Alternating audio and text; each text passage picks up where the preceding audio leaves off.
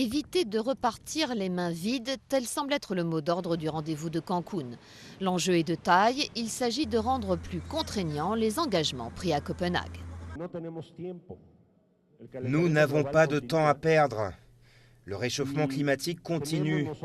Il nous faut mener des actions beaucoup plus énergiques, efficaces et à court terme, car nous avons tous mesuré les risques auxquels nos villes sont confrontées si le réchauffement continue à ce rythme. Il y a un an, on espérait un accord ambitieux. Or, la conférence de Copenhague a accouché d'un accord qui fixe comme objectif de limiter le réchauffement à 2 degrés, mais sans calendrier et sans moyens concrets. Un fiasco pour les écologistes qui attendent beaucoup de la conférence de Cancun.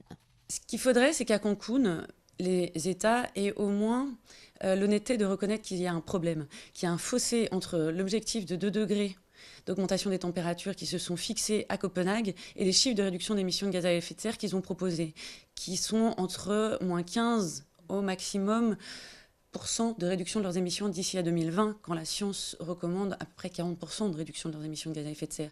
Si la perspective d'un accord global et contraignant ne semble pas d'actualité, les participants pourraient néanmoins avancer sur des dossiers tels que la lutte contre la déforestation ou la création d'un fonds vert. Mais encore faudrait-il que les 2 principaux pollueurs de la planète, que sont la Chine et les États-Unis, y mettent un peu du leur. À Copenhague, Barack Obama affichait une volonté de protéger l'environnement. Nous avons fait des investissements historiques dans l'énergie renouvelable qui ont redonné des emplois à beaucoup. Nous avons amélioré nos habitudes de consommation de pétrole et nous avons repris le leadership dans les négociations internationales sur le changement climatique. Cancun ne sera sans doute qu'un sommet d'étape, tous les espoirs se tournant déjà vers le sommet de Durban qui aura lieu dans un an.